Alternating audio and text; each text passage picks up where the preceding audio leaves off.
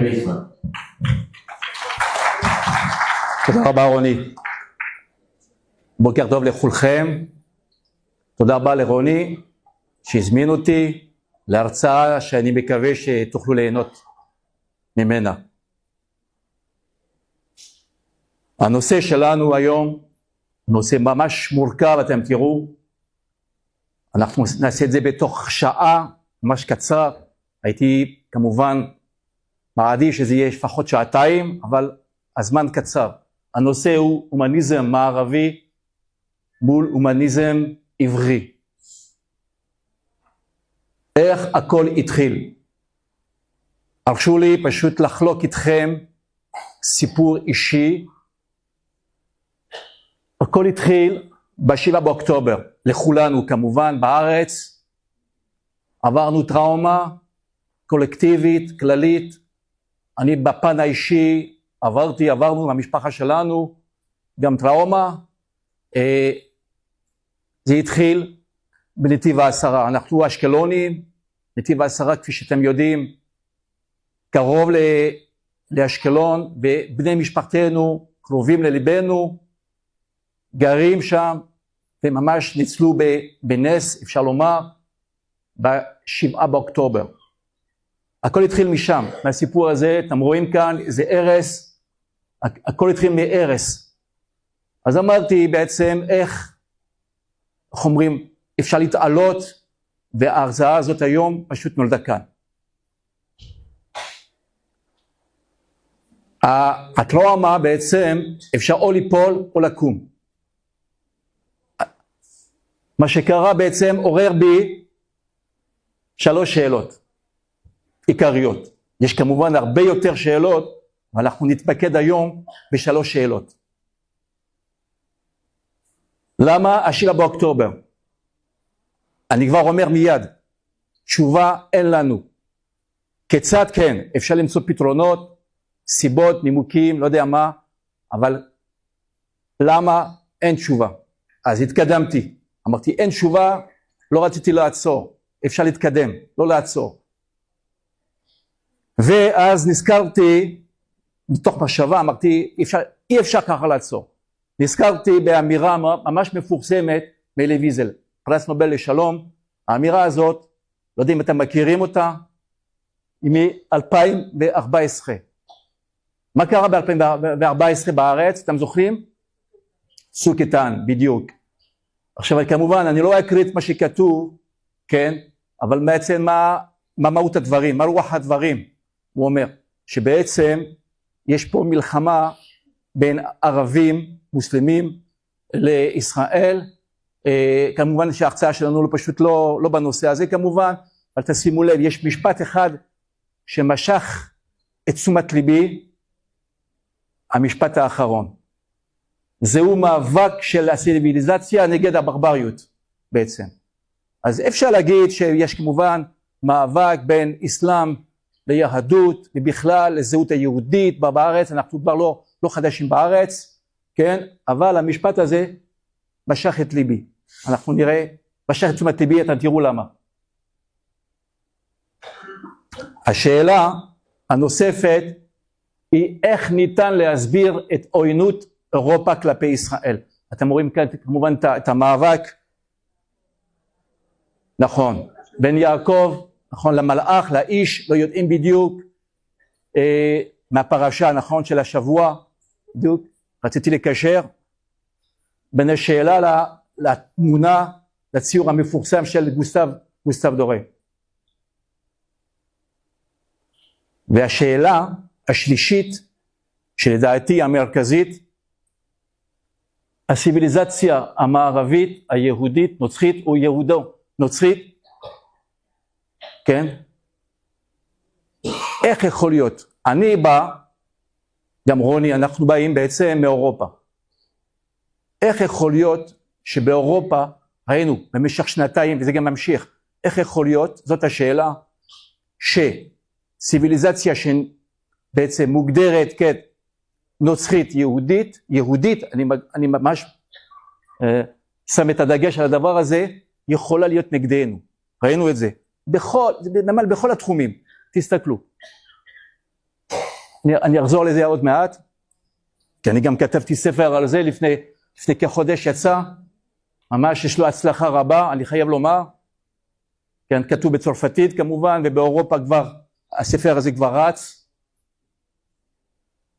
תשימו לב, 3 תמונות פשוט. אתם רואים, מי הוא? נכון, הוא ראש עיר בניו יורק. מי היה מאמין שהוא יגיע להיות ראש עיר בניו יורק? מי היה מאמין? אני אישית לא. למה? תשימו לב, בצד שמאל, אתם רואים? התאומים. נכון? תשימו לב. איך? הניגוד הזה. עכשיו, למה הוא הגיע? אני שואל שאלה, שאלתי את עצמי, למה הוא הגיע? הוא לא הגיע בגלל שהוא חזק, הוא הגיע בגלל שהתרבות, אני מקצר כמובן, התרבות המערבית חלשה, אנחנו רואים את זה, כן? הרבה אינטלקטואלים, אני לא הראשון שאומר את זה, כן? אומרים את זה, אני כמובן מנסה לנתח את זה, ואומרים, איך יכול להיות שהוא הגיע? מה, הוא חזק? מה, יש לו כסף? קטר? לא, זה לא קשור. כן? כשאדם חולה, כל חיידק וכל וירוס נכנס, זה מה שקרה פה. תשימו לב, עוד תמונה כאן, מה אתם רואים? זה התזמורת הפילהרמונית של ישראל, המפורסמת בכל העולם. תשימו לב מה קרה בפריז, הם היו שם לפני חודש וחצי, כן? שערוריה, פשוט נכנסו, ממש רצו לפגוע בתזמורת עצמה, שערוריה. איך יכול להיות דבר כזה? מי ראה דבר כזה? כן? התרבות, פה לא מדובר על פוליטיקאים, מדובר על תרבות, מוזיקה קלאסית. ואני אסיים בתמונה האחרונה כאן, תשימו לב, קולג' דה פרנס. מי מכיר קולג' דה פרנס? הקולג' דה פרנס הוא המוסד היוקרתי ביותר בפריז, בצרפת בכלל. ומה קרה? לפני כחודש וחצי, הזמינו בסתר. את מי הזמינו? פרנצ'סקה פאולה אלבנזה. היא אנטישמית, נכון? ממש, יש לה תפקיד מאוד חשוב באו"ם, היא עושה הכל בכל העולם, תראו מה כתוב למטה, מה התפקיד שלה, כן? היא עושה הכל בעולם כדי פשוט להשחיר אותנו, כן? היא ממשיכה דרך אגב, כן? למרות שהמלחמה כמעט נגמרה, היא ממשיכה. למה? למה היא מצליחה? בכל העולם, שתדעו, למה היא מצליחה? היא מצליחה בגלל שהתרבות המערבית, פשוט, אנחנו נראה את זה בהמשך, ממשיכה להתמוטט. לא אמרתי מתחילה, היא ממשיכה להתמוטט, אנחנו נראה את זה בעצם. תשימו לב, קולג' דה פרנס, עוד פעם, אני אומר את זה, אלה שיעורים ברמת על, חינמים, גם כן, אפשר להגיע כשהייתי סטודנט, אז מדי פעם הייתי הולך לשם, והזמינו אותם, פרופסורים, ממש, ברמת על, הזמינו אותם. ואיך עצרו אותה? פשוט, שר התרבות והחינוך ראה את זה, הוא אמר, יש פה סקנדל, אז הוא עצר אותה. בדקה האחרונה, בעצם אנחנו פה, כאן, בפני מלחמה של ציוויליזציה, ממש. אנחנו נראה את זה, במה מדובר? במלחמת ערכים, דבר אחד, ועל תפיסת האדם ומקומו בעולם. כן. אנחנו נראה בדיוק התנגדות בין הומניזם עברי להומניזם מערבי. הושפעתי ממש רבות מכמה דמויות, אני רוצה לעבור עליהם מהר. הרב אברהם יצחק הכהן קוק, אנחנו נחזור עליו עוד מעט. עמנואל לוינס, גם כן פילוסוף גדול בצרפת, אי אפשר לעבור עליו. מוניק ליס כהן, פשוט לא הרבה מכירים אותה. אשת פילוסופיה, היא הייתה גם הסטודנטית שלי, בעברית, מקראית, אני גם מורה לתנ"ך. היא נפטרה לפני כמה שנים בודדות מסרטן לצערי, אני גם מקדיש לה את ההרצאה הזאת היום. וכמובן הרב לורד יונתן זקס, גם כן, שאני גם מתרגם גם חלק מהטקסטים שלו, שעוד מעט נוציא אותם לאור גם בארץ. הרב אברהם יהושע אשל, גם כן. אז כמובן שכל הדמויות האלה מפורסמות, פשוט השפיעו רבות עליי, כדי להכין את ההרצאה הזאת. אנחנו נלך ישר אל הנושא, בלי להתעכב, מהו השורש בעצם. מהו השורש העיקרי שמבדיל בין ההומניזם המערבי להומניזם העברי. לדעתי, השורש הוא במילה אחת, טרנסצנדנטיות. המילה הזאת היא מורכבת, נכון? חיפשתי בעברית, איך אפשר לומר אותה בעברית? אין מילה בעברית, כן. יש כמה כמובן הגדרות, אז כמובן משפט עם הרב קוק, תסתכלו, כן? הוא קורא לזה שירה הנשגבה והקדושה, כן? בספרים שלו עוד הגדרה, הוויה רוחנית, גם כן. הוא גם קורא לזה גם רום המעלה של האצילות האידיאלית, כן? מילים ממש גבוהות מאוד. באחד המאמרים המפורסמים גם שלו, כן? הוא קורא לזה אידאה אלוהית או אלוקית, כן? במאמר שנקרא למהלך האידאות בישראל. אני כמובן, ובכוונה לא הוספתי כאן, יש אידאה אלוהית מול אידאה לאומית, זה חשוב. הרב קוק מחבר בין שני ממדים, בין הממד האלוקי והממד הלאומי, הייתי אומר כמעט פוליטי. למה אני אומר את זה? אני אומר את זה בגלל ההמשך של ההרצאה, אתם תראו את זה, אז תזכרו את זה. כן? החיבור הזה הוא ממש חשוב. אנחנו נראה שבהומניזם המערבי יש ניתוק מוחלט בין שני הממדים, כן. וכמובן, גם כן הושפעתי מהרב שלי, מהרב שלנו, כן, שגם חיתן אותנו, הרב דרוקמן, אתם מכירים בטוח, כן, כן. באחד הספרים, באורות הנבואה, גם הוא כותב שהמושג הזה של רוח נשגבה, כן, הוא אומר על זה, מציאות נשגבה של שמיעה קול השם, המגיע אלינו ישירות ומאיר לנו באור עליון את שמי חיינו. ממש מילים גבוהות, אז אני ניסיתי, איך אומרים, לפשט את זה. במילים שלי, אם תרצו, ממד עליון שמעורר בנו התפעלות פנימית ודוחף אותנו להתעלות מעל לגבולותינו הפיזיים והשכליים. כלומר פה מדובר על ממד עליון שלא ניתן לתפוס אותו, ממש. אנחנו נראה בהמשך שבאומות העולם, בהומניזם המערבי בכלל, בכל הזרמים, כן? השורש הזה לא קיים, ממש, יש ניתוק מוחלט. מהשורש הזה העיקרי, ישנם עוד שורשים שמסתעפים. מה הם? אנחנו נראה את נושא הייחודיות, אתם רואים כאן, רגע ניקח את הייחודיות, שמוביל אותנו לעם נבחר ולייעוד.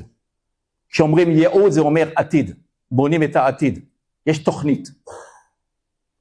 מכאן אנחנו נרד לחובות האדם, כן? אנחנו נראה שיש פה אמת מוחלטת אוניברסלית, כן? ומכאן, מהחובות האדם, אנחנו נגיע לנושא האומה. אתם זוכרים מה שאני אמרתי לפניכם.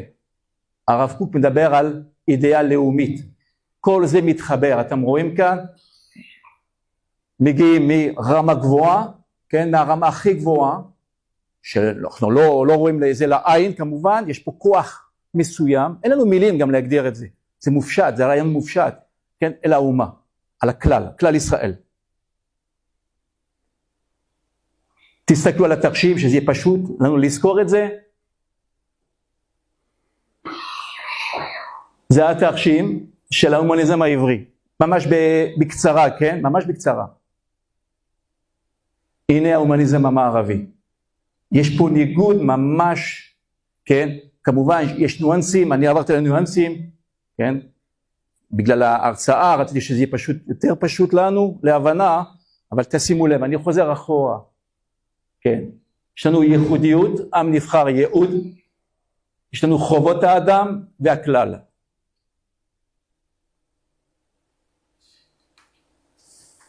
תשימו לב,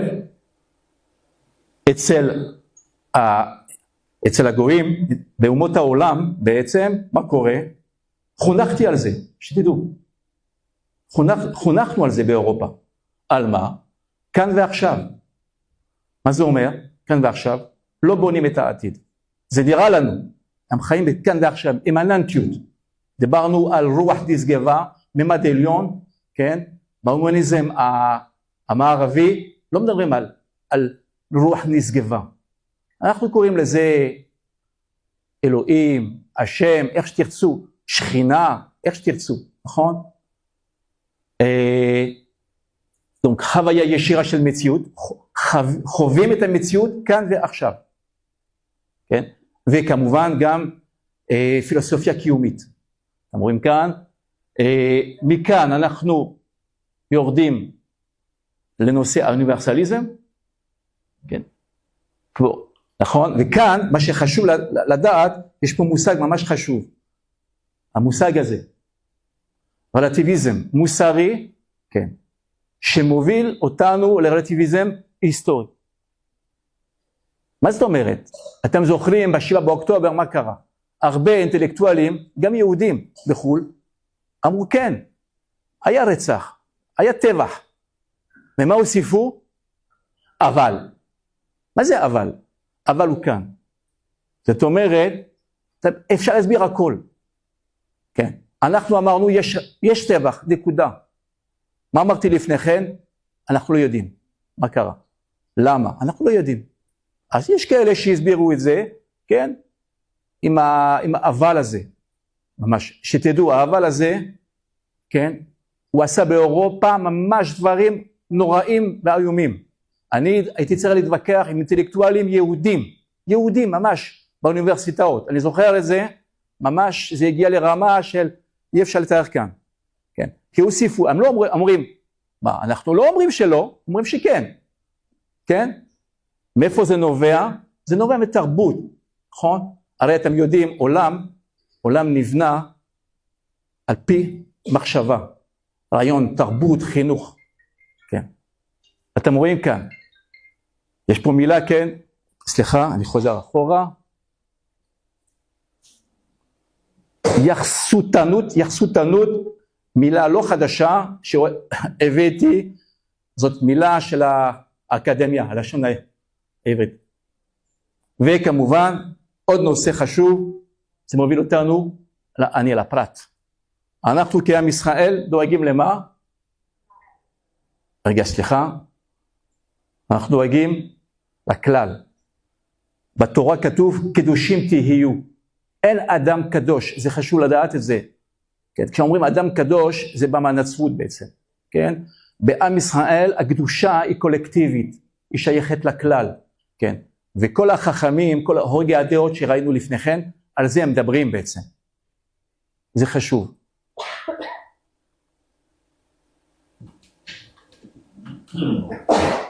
נתקדם. אז שתדעו, אני פה, כן, כל אחד דואג לעצמו. אם זה טוב, לא טוב, אני לא יודע. אני לא באתי לשפוט כרגע, אני באתי להשוות. מי הם הפילוסופים, הוגי הדעות, שהביאו את הרעיון הזה של ההומניזם המודרני, המערבי המודרני? יש כמה, אנחנו כמובן לא נדבר על כולם, יש אחד ממש שאנחנו אוהבים אותו, כן? ז'אן פול סארטר. כן, מה? אני לא אוהב. כן, אוהבים אותו, זאת אומרת, מבחינה מחשבתית, אני מתכוון. כן, נכון, זה נכון. אז הוא דיבר הרבה על היהדות כמובן, ויש מאמר ממש מפורסם, שאני ממש מציע שתקראו, אם תוכלו לדעת, מתורגם בעברית, ממש מפורסם, הוא נקרא הקיום קודם למהות.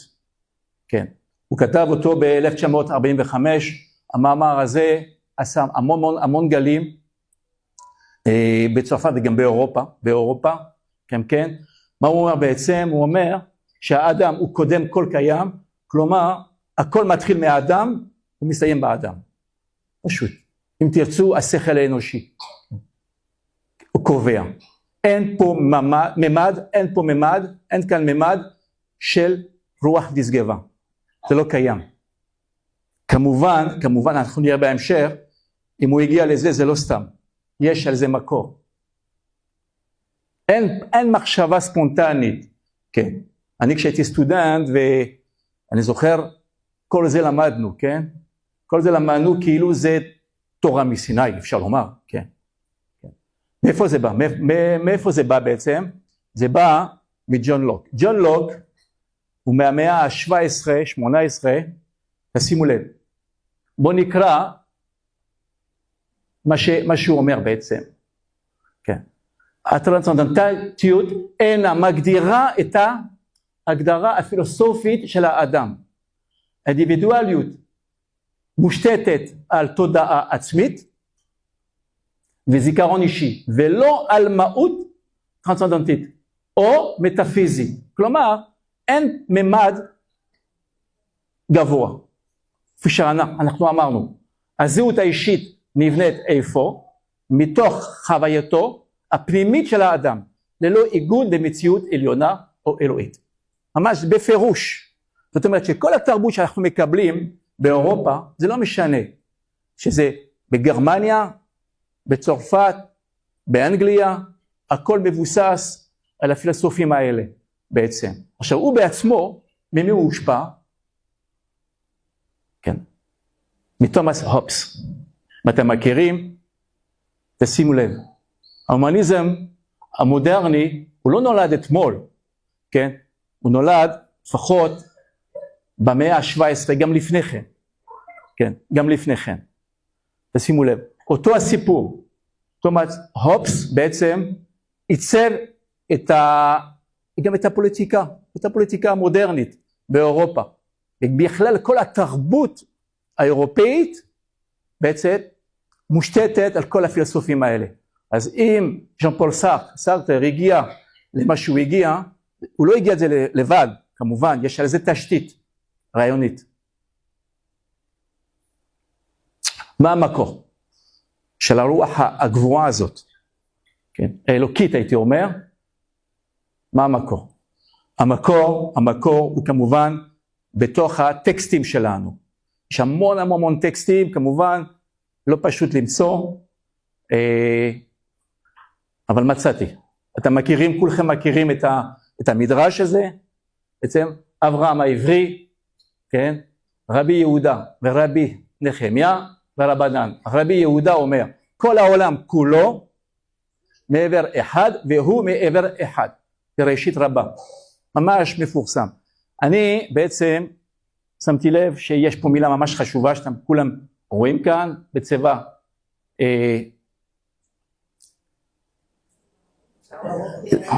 צהוב, נכון, הנה פה, אנחנו נעבוד עליו. כשמדברים על עבר, עין בית רש, מדברים כמובן על מה שהיה בעבר, אבל גם על מה שיהיה בעתיד, מה עבר, מן העבר, נכון, אל העתיד בעצם, כן. אתם יודעים שבעברית המילה קדם, מה זה קדם? עבר, נכון. המילה התקדמות, מעניין, קדמה, התקדמות, מה זה? עתיד, נכון? בדיוק. יש פה חיבור בין הממדים האלה, תשימו לב, אז כשמדברים על עבר ועתיד, כמובן, אנחנו פוגשים את שם השם. מה זה שם השם בעצם? נכון, שם הוויה, זה בעצם המהות, אתם זוכרים? אצל סארטר אין מהות, נכון? רק קיום האדם, ותשימו לב, י' כ' ו' כ', בעצם זה מה זה? שם השם, זה שם פועל, בעברית, כן? בתוכו עבר, הווה ויהיה, מה שיהיה בעתיד. ממש מעניין. כשמדברים על שם השם, כמובן מדברים על קדושה. קדושה, מה זה קדושה? זה הבדלה, נכון? להיבדל, להיות שונה לגמרי. כן. אתם זוכרים על מה שאמרנו לפני כן? הייחודיות, עם נבחר. עם ישראל הוא עם נבחר. כן. שתדעו, הגויים קשה להם להבין את זה, אנחנו נראה את זה בהמשך. כן. עוד שני מושגים חשובים לדעתי כדי להבין את ההומניזם העברי. מדברים בפילוסופיה, במחשבת ישראל, מדברים על מושג שנקרא טלאולוגיה. כן, לא אמרתי תיאולוגיה, טלאולוגיה. מה זה טלאולוגיה? זה ייעוד הבריאה. מה המשמעות? מה אנחנו עושים כאן, בעולם הזה, עכשיו? מה אנחנו עושים? מה אנחנו בונים לעתיד? כן? לילדים שלנו, לדורות הבאים. זה נושא אחד, וכמובן הנושא שכולכם מכירים, זה כמובן הנושא של אחרית הימים, אסקטולוגיה. כן. אנחנו לא נעצור כאן כרגע, כי זה לא הנושא שלנו, אבל שתדעו. כן. בהומניזם המודרני, המערבי, המושגים האלה לא קיימים. כן. שתדעו גם במדע. התרבות של כל הפילוסופים האלה השפיעה ממש על המדע בכלל. כן. רציתי להביא נקודה ממש מהתנ"ך, אני גם מורה לתנ"ך, אי אפשר בלי התנ"ך, כמובן, תשימו לב, יש פסוק שאני ממש אוהב אותו, כן, ויאמר משה אסור לנע ויראה את המראה הגדול הזה, מדוע לא יבער הסנה. תשימו לב על המילה שם הפועל אסורה. מה זה אסורה? אני שואל, שאלה. מה? מה זה אסורה? ללכת אחורה, נכון? אבל זה גם נפגש, נכון? זה גם להתקרב. בעברית, למי שמתרגם, אני גם מתרגם את התנ"ך, מי שמתרגם, יש לו קושי כאן. למה? שני ממדים, אמרנו, כן? זאת אומרת, ללכת אחורה, כן? שם הפועל סור, כן? סמך וו רש, זה ללכת אחורה, וגם ללכת קדימה, להתקדם. ממש מעניין. מה זאת אומרת? יש פה בעצם תנועה בין העולם התחתון לעולם העליון. בתוך שם פועל אחד, אנחנו פוגשים את שני הממדים האלה. ממש חשוב. ממשיכים. אתם רואים פה? הסנה. מה אומרים החכמים שלנו? זה כמובן אתם מכירים את זה. הסנה מזכיר לנו את הסיני. נכון, משה רבנו בסנה הבוער בעצם מתכונן, זה בעצם בית ספר, נכון, לנבואה, הוא מתכונן כמובן למעמד הר סיני. תשימו לב, לשון נופל על לשון, סיני, סנה, וחכמים הלכו רחוק, אמרו שנאה. למה שנאה? מה הקשר? חיפשתי, בסדר, זה משחק מילים, אבל מה העניין פה? בעצם, העניין הוא שבעצם, אז אומרים חכמים, שאומות העולם לא קיבלו את עצם העובדה שמשה יכל, וכמובן כל עם ישראל בהר סיני, אתם זוכרים, עניין של אומה, כן? זה לא רק אחד שמקבל את התורה, את הלוחות, בעצם לא יכלו לקבל את הממד העליון. איך אפשר? ממש, קשה להשיג את זה. אנחנו נעצור גם בשורש, אחד השורשים שדיברנו עליו, על האחר, ייחודיות, עם נבחר, ייעוד, כל זה הולך כמובן יחד. תשימו לב.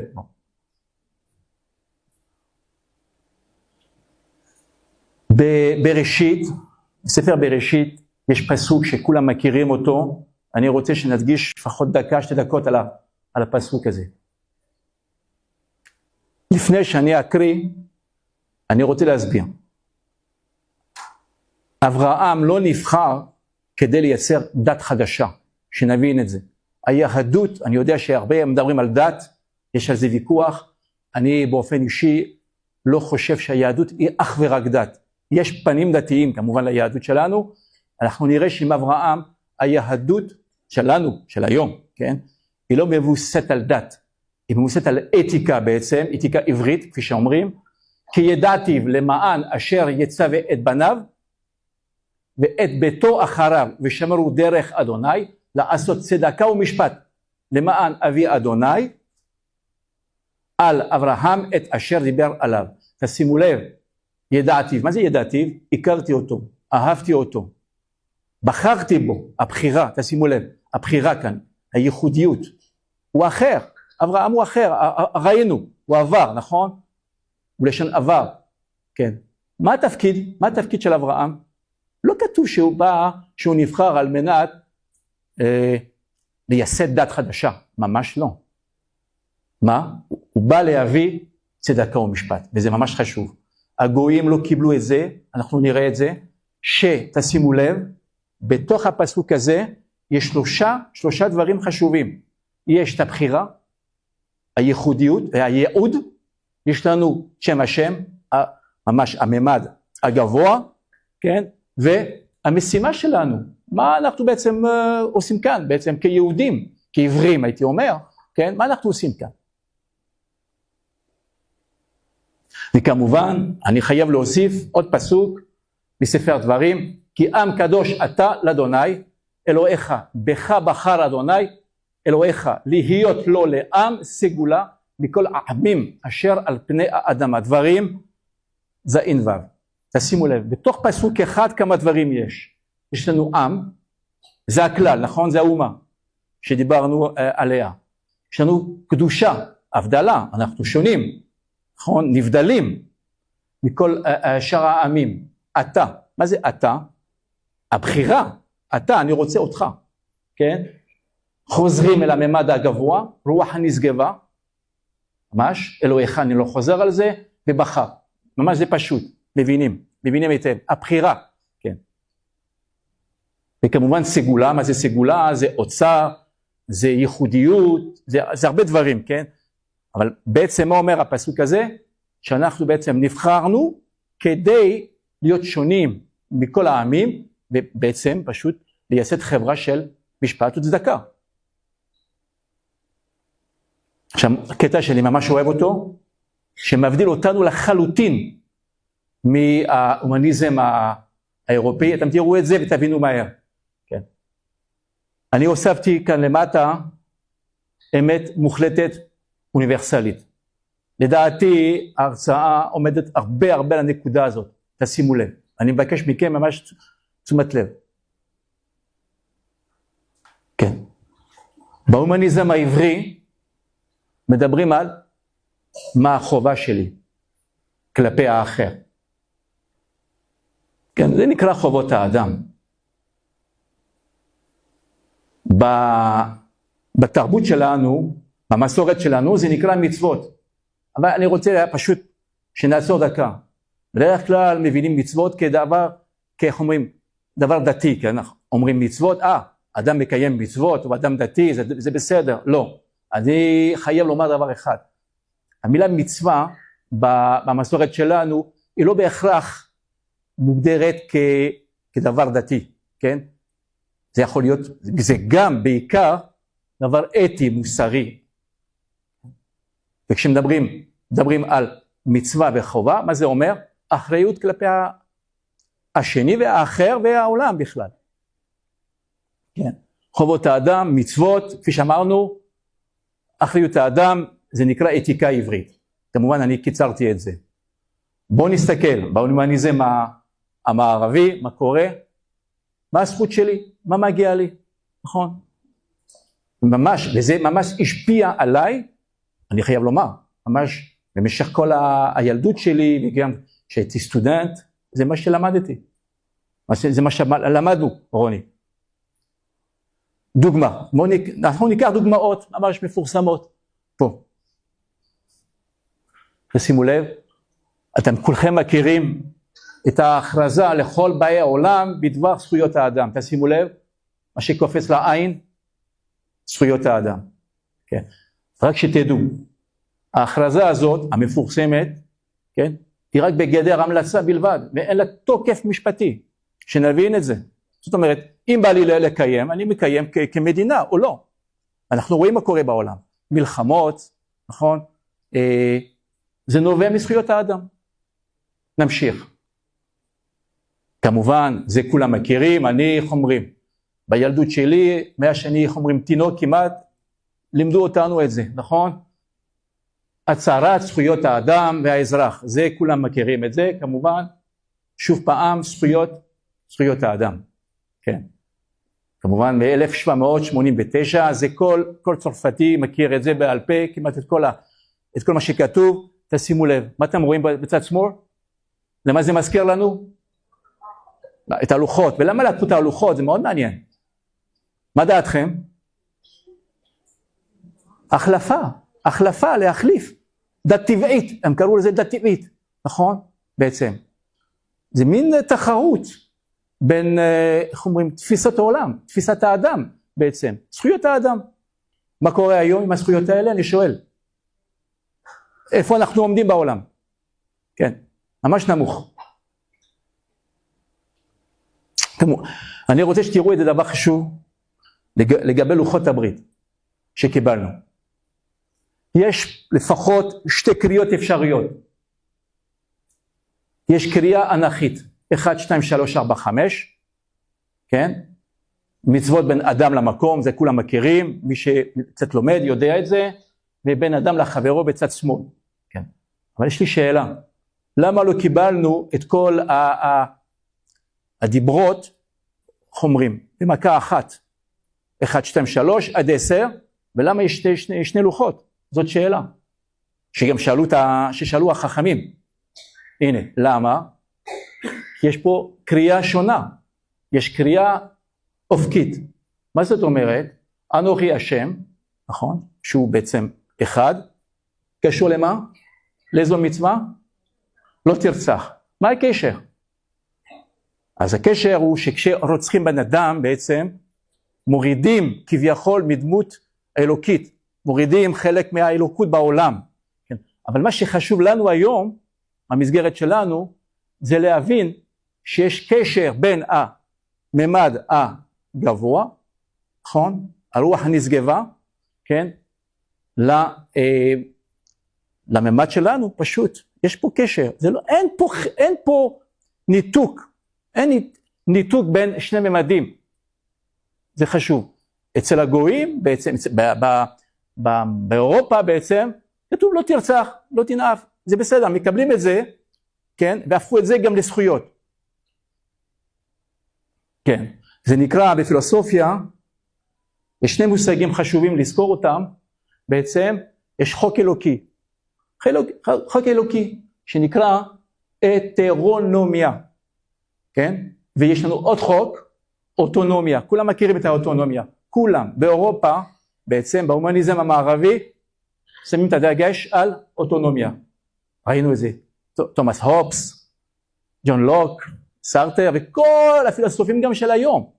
שתדעו, כל אלה שכותבים ספרים היום, כותבים על זה, אוטונומיה. זאת אומרת, עצמאות האדם, אדם חופשי, הוא עושה מה שבא לו, בעצם. כן. אני חיפשתי את החיבור, גם במקורות, בפרקי אבות. תשימו לב, כולם מכירים את המשפט הזה, הכל צפוי והרשות נתונה. מה זה אומר? תשימו לב, אוטונומיה, הרשות נתונה, אנחנו. כן, אנחנו, כן, יש חופש בחירה לאדם. ממש זה מיוחד לעם ישראל. אבל, מאיפה היא נובעת? כן, בעצם היא נובעת מהכל צפוי. זאת אומרת, מהממד הגבוה, הנשגב. כמובן, אני רוצה פשוט מהר לדבר על קאנט. קאנט, כמובן, מי שקרא את הספרים ממש קשים לקריאה, כן?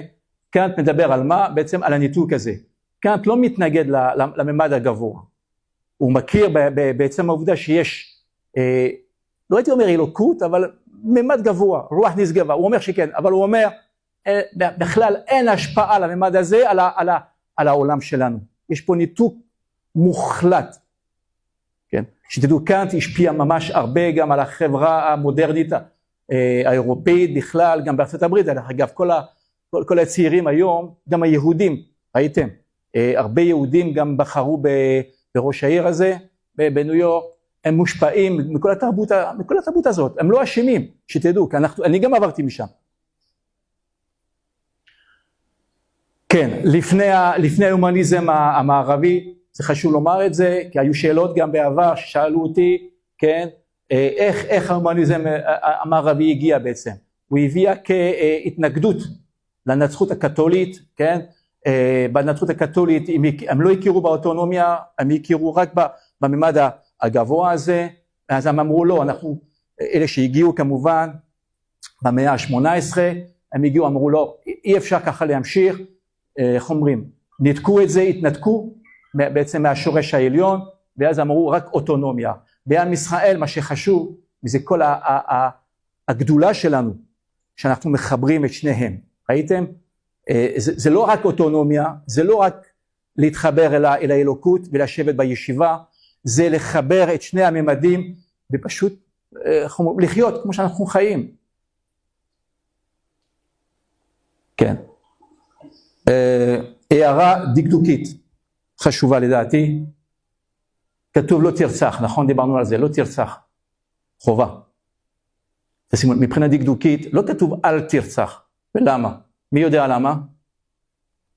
שימו לב, אני שם את הדגש על לא, זה חשוב, הרבה לא יודעים את זה, כשכתוב לא, זה אומר שהמצווה הזאת היא אוניברסלית, היא אמת מוחלטת אוניברסלית, כן?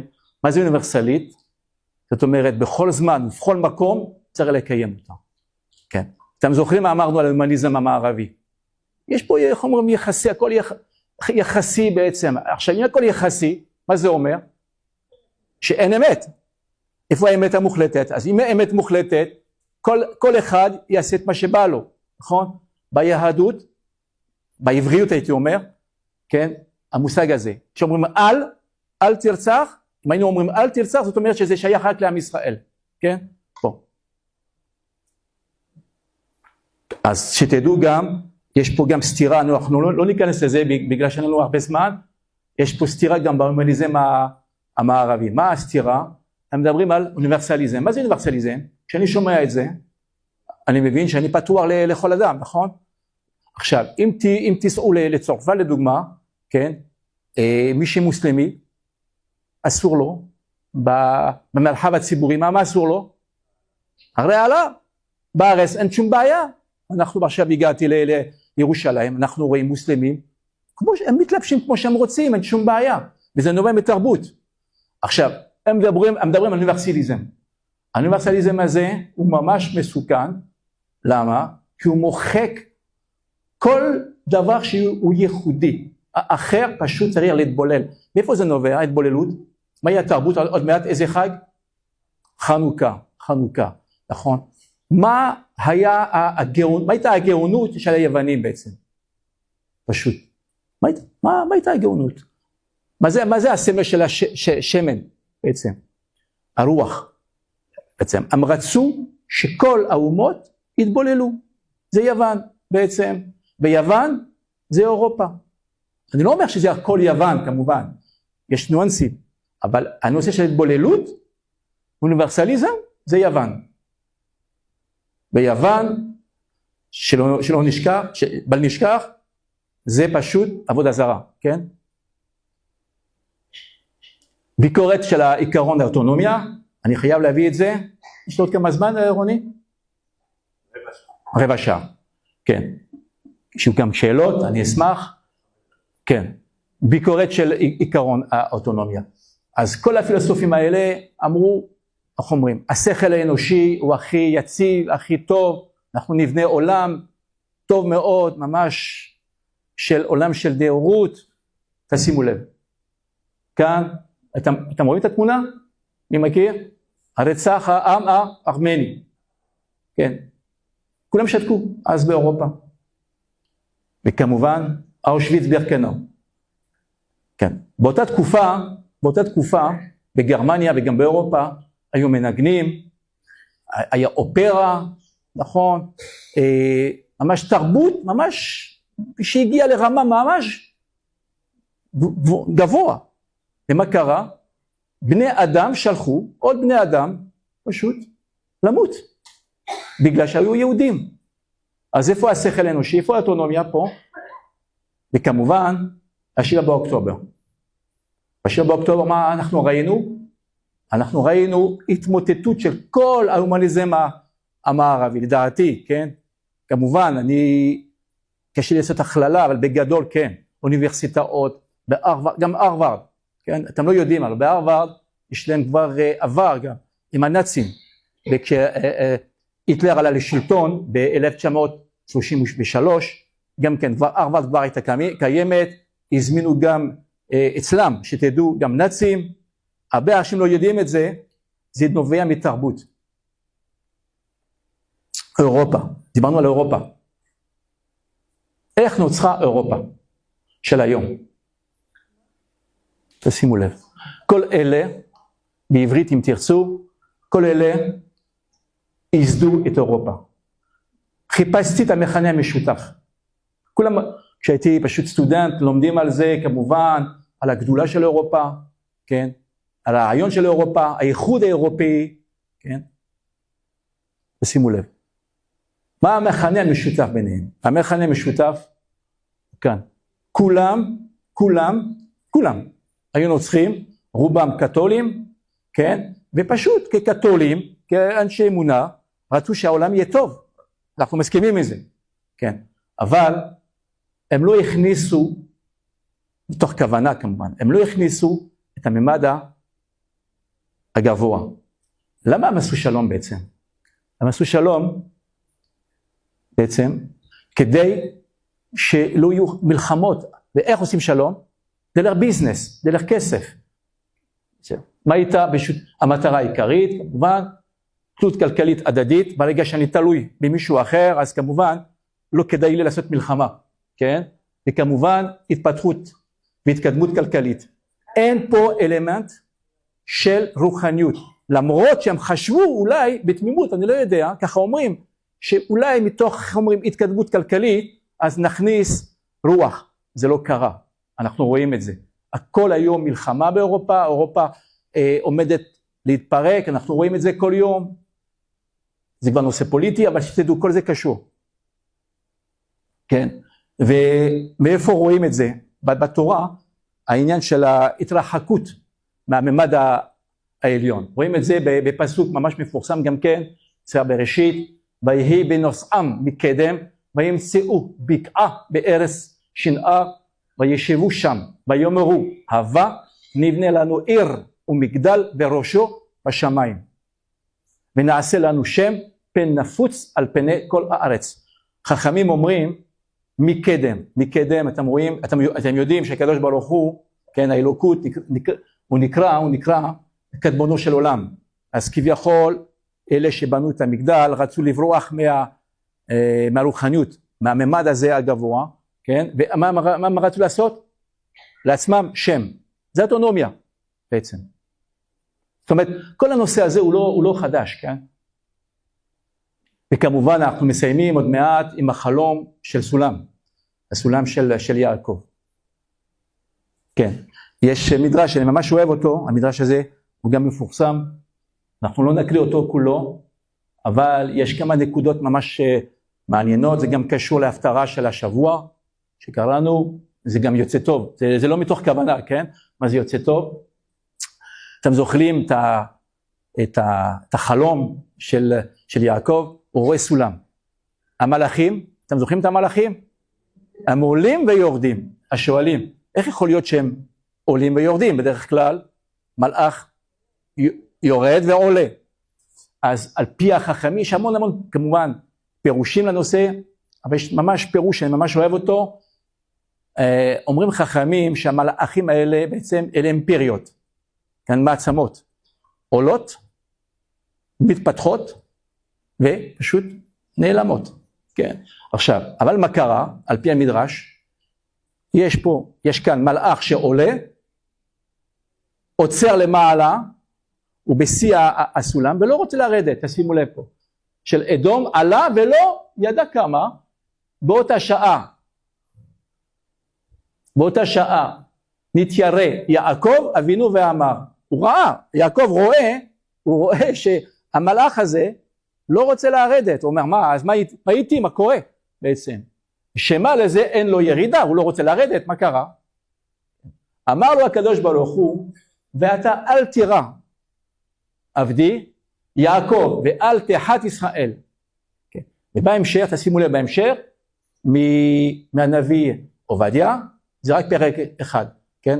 הוא הפרק הכי קצר מכל התנ"ך, מכל הנביאים, יותר נכון, כן? הוא אומר, אל תדאג, גם הוא ייפול בסופו של דבר, כן?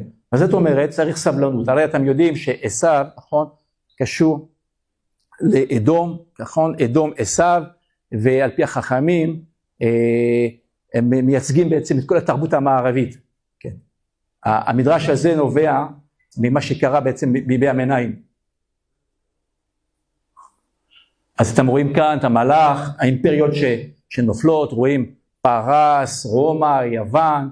אנחנו כאן היום בירושלים, עיר הבירה הנצחית של עם ישראל, ממש מרגש להיות כאן, דרך אגב, כן? ואנחנו נראה בטוח, אם, אני אומר, תשימו לב, המילה אם העולם המערבי לא נוקט בצעד נכון, אז מה קורה, מה יקרה? אנחנו נראה את זה, אולי לא אנחנו, אולי הילדים שלנו, הדורות הבאים, התמוטטות ההומניזם המערבי, לעליית ההומניזם העברי, דרך מדינת ישראל. איך? כן? פשוט קרבה.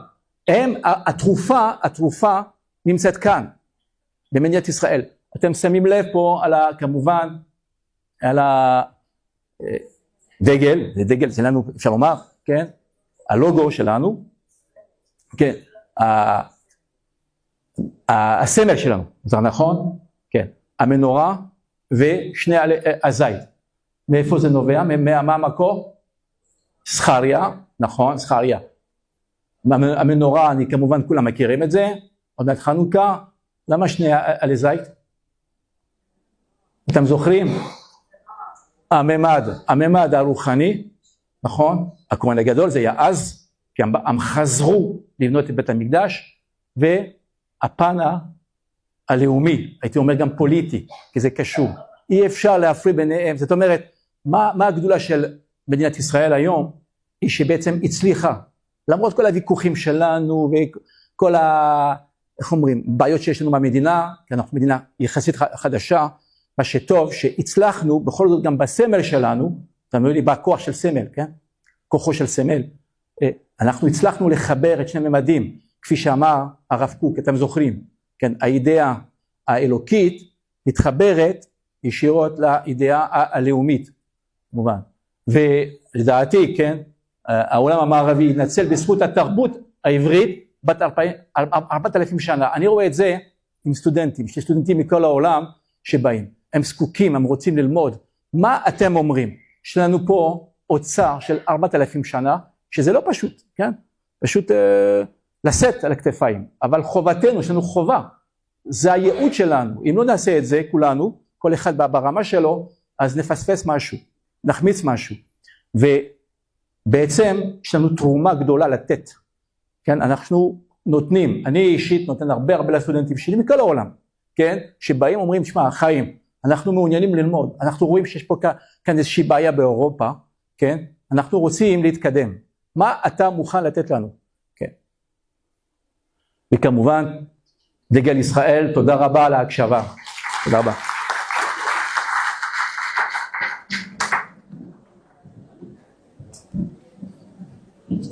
כן, בבקשה. ההרצאה לא נגמרה, זה עדיין שאלות ותשובות. ולסגור את הפלאפונים הפולניים. תודה.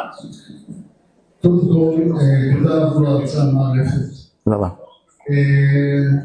אפשר להסתכל על זה בלמעלה, אתה פשוט טסת בגובה של 200,000 קמ"ש למעלה.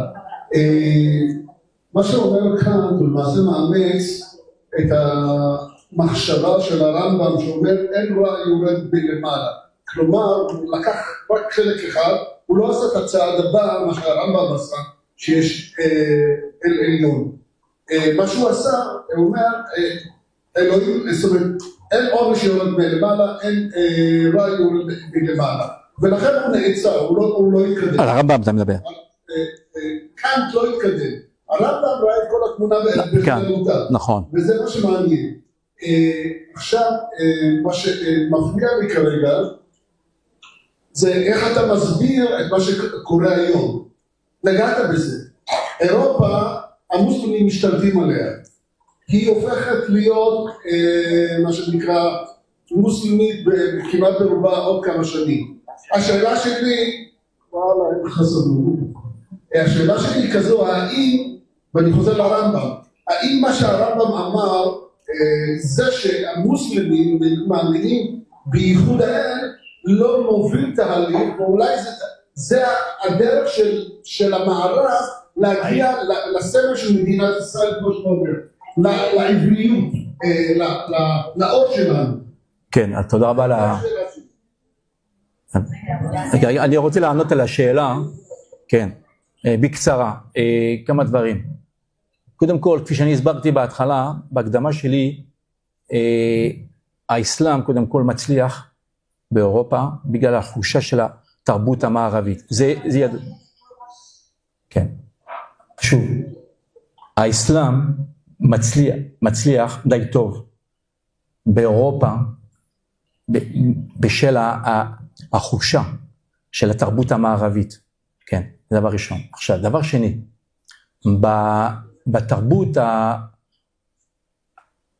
האסלאם יש מושג שנקרא הכנעה. הרי מה המשמעות של המילה אסלאם? אסלאם זה הכנעה. כלומר, אין מושג של אוטונומיה. אני הסברתי שבדיוק שביהדות, במסורת היהודית, שני ממדים מחוברים. כן. אצלם איך אומרים? אין אוטונומיה.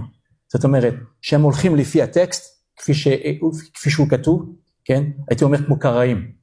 בוא נגיד ככה, מהר, והם השתלטו פשוט, כי באירופה,